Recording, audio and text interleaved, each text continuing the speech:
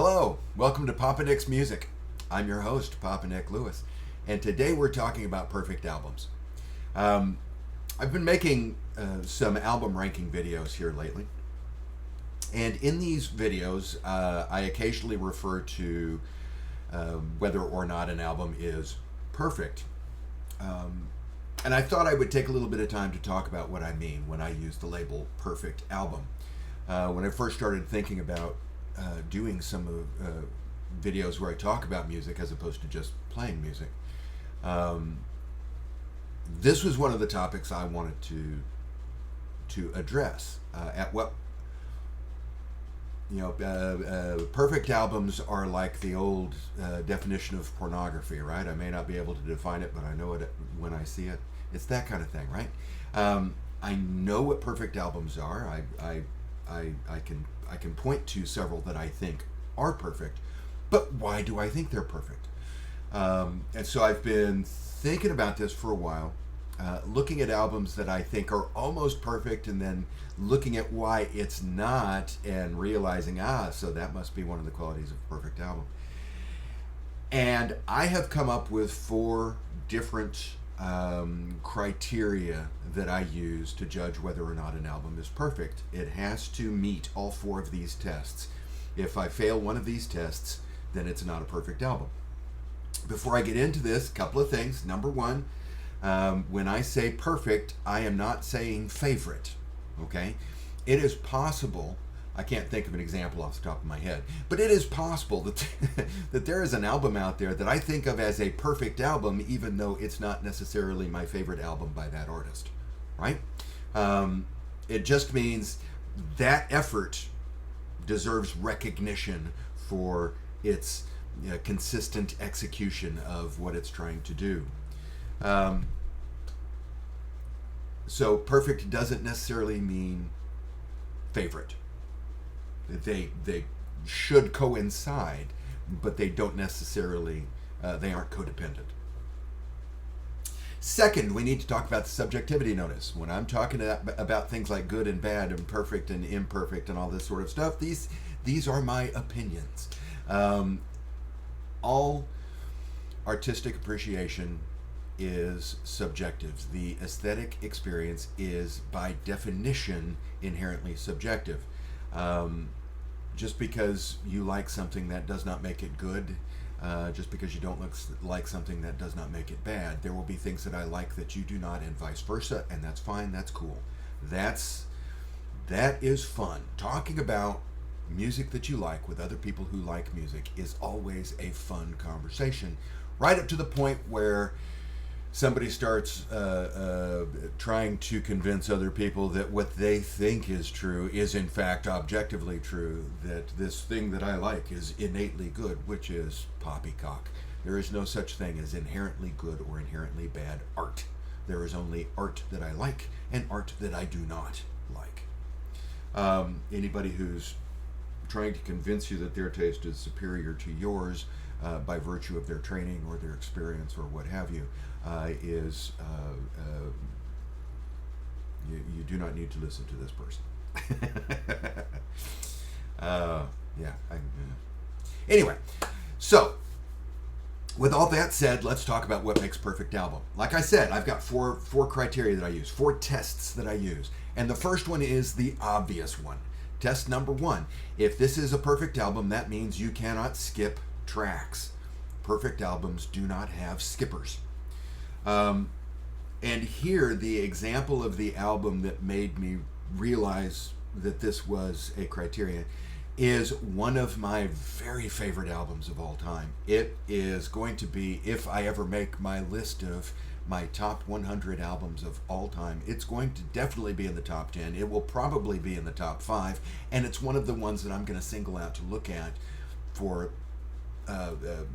the possibility of it actually being number 1. I love the album. I love Fragile by Yes. I've loved this album since the first time I heard it. It has always been right up there, like top 5, perpetual top 5 album. I love this album. But this album is not perfect because it has a skipper. The song 5% for Nothing, which is Bill Bruford's song, which I'm saying that it's a song. I'm calling it a song. I'm using the label song. It is, to me, to my ears, it is not a song. It is not music. It is the sound that you get if you put a bunch of musical instruments into a shopping cart and roll that shopping cart down a few flights of stairs. That is 5% for nothing. It is an offense to my ears, and the only good thing about it is that it is less than a minute long. And so if I'm listening to the whole album, I can grin and bear it. But it's even better if I just lift up the needle and start at the beginning of long distance runaround rather than at 5% for nothing. And even though it's a tiny song, I skip it. And because I skip it, Fragile is not a perfect album. Test number 2. If it's a perfect album, then you can't think of anything that you could do to it that would improve it. This might be something as simple as track order. Oh, man, they really should have put this track last or that track first, or swap these two around, or whatever. It could be there's something about the instrumentation that you don't like. But there's just something. There's something about this thing that if I were put in charge, I would have fixed that. My example here is one of my favorite albums by Kiss. Huge Kiss fan. I love their album from 1980, I think. I didn't look it up before I started, but it's close enough. Unmasked. I love this album. It's one of my favorite albums. And it is very nearly a perfect album. But it has a flaw that irritates me. The production of this album, there is a sibilant hiss, just like a shimmer that's sitting on top of virtually every song on this album, that bugs the hell out of me. If I'm listening to this album in the car, if I put the CD in the car, I crack the windows, and okay, it's now fine because the hiss blends in with the sound from the windows. I don't hear it.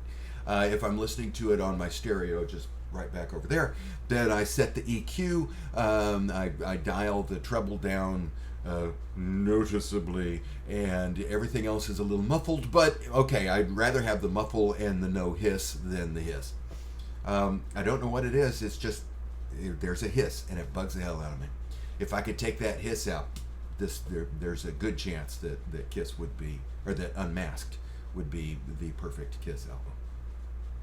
I say there's a chance because we've got a couple other issues, but the hiss is the big one. Test number 3. I've struggled with how to express this because it's a fuzzy notion, but I'm pretty sure you're going to know exactly what I'm talking about. If this is a perfect album, then it has to be in some way superlative, right? There's just something about this album that grabs you, it's a notch above, right? When I was thinking about, okay, how do I go about defining perfect albums, and I thought, okay, well, I'll do it by picking out albums that are technically perfect, but they meet the other criteria, but they just right. And the album I picked here is the second album by Bachman Turner Overdrive, BTO2. I love Bachman Turner Overdrive. Randy Bachman is one of my heroes, and I have all of their albums, and I love these things. I love most of the albums. There are a couple in there that are I'm not going to listen to them too many times, but I love BTO, particularly classic era BTO. And BTO2 is one of my favorite BTO albums. I don't know if it's my absolute favorite because I haven't finished working through the BTO ranking album ranking video that I've got in process. But it's up there. It's toward the top. And I love BTO2. I love the songs on it. I love everything about it. I just don't know that it's superlative, right? I like it. I can't argue. I don't skip any of the tracks. There's nothing about it that I would change if I could get in there. All right. I mean, it checks all the boxes of being a perfect album. I just don't know if it's good enough to be a perfect album. Right? A perfect album has to be head and shoulders. It's got to be, strong. It's got to be better than the other albums you're looking at. And I don't know that BTO2 is. So. And then finally, I've got a fourth test for whether an album is perfect or not. And to me, an album is perfect if, along with the other three things, you really feel like you have to listen to the whole thing. If you can go in and you can listen to a song and you can listen to another song, maybe flip it over and pick a song off of side two, and that's good. You're okay with that. Then that's not a perfect album, right? That's like I think this is a perfect song because I really like the first verse. Well, you got to judge the whole thing, and if the whole album doesn't compel you to listen to the whole thing, if it doesn't capture you to listen to the whole thing, then it can't be perfect.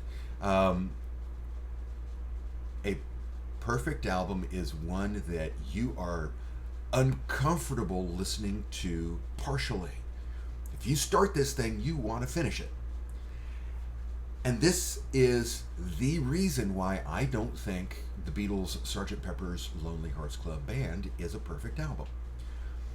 Because it's not, it doesn't exist in that way in my listening preferences. If I'm going to listen to Sgt. Pepper, I'm going to listen to a few songs and then I'm going to move on to another album.